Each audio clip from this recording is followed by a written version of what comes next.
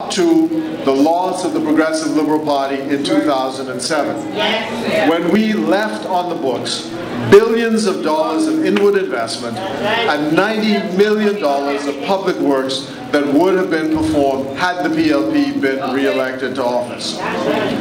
The first thing this man did when he came to office was withdraw the $90 million of public works projects. And now he blames the world economy for what is happening in the Bahamas.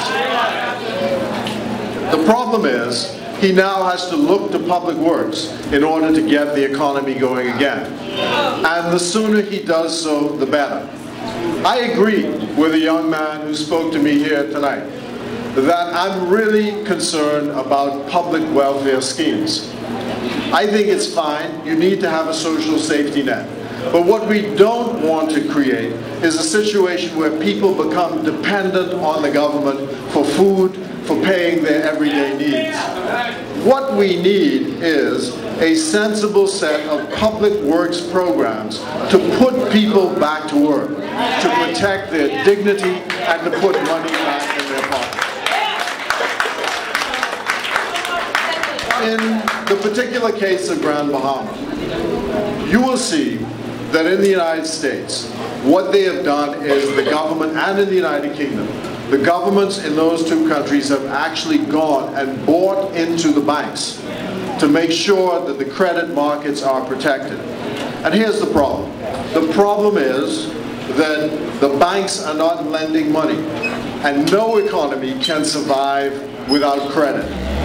We are now facing the same situation in the Bahamas. And I think we have to take extraordinary measures in this period of time, which is going to last for anywhere from a year to 2 years, to ensure that there is liquidity, actual liquidity in the system. And I'm not talking about the liquidity which Zhivago Lang has been talking about. Right now, our reserves stand at 700 million. Right now, they say the liquidity in the system is at 300 million. But the reserves at 700 million and the liquidity at 300 million can't help us if the banks aren't actually lending the money. You're actually just piling up money with nothing to do.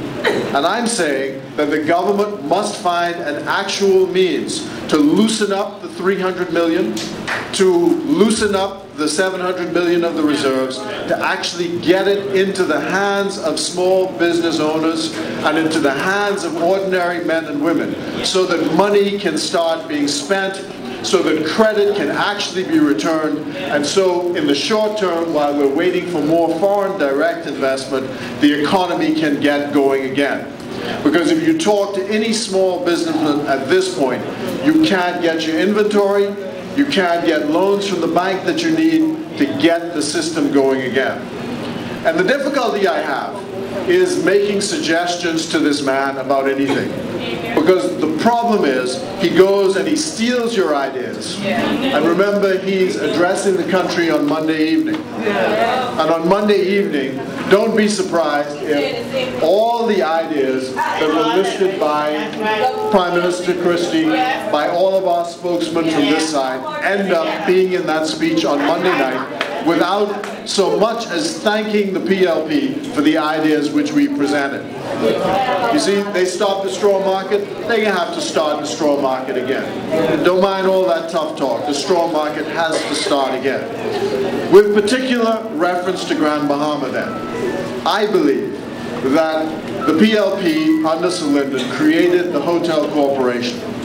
The Hotel Corporation was created as the buyer of last resort for hotel properties that could not or would not be developed.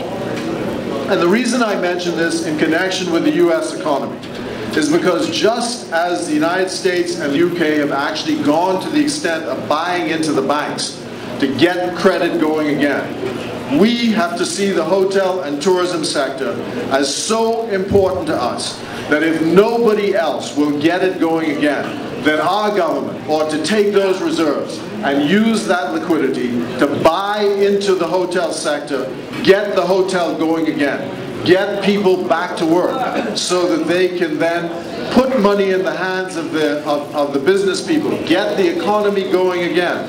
And then, when the hotels are up and running again, we can sell it back to the private sector.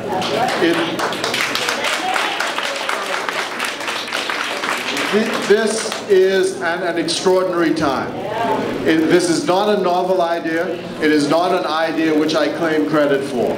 All I'm saying is, in these extraordinary times, we have to think of extraordinary measures to help us get through these difficult times. The lines are long in social services in Nassau. Right below my constituency office, I see it every morning when I go there. The lines, I know, are long and the times are difficult here in Grand Bahama.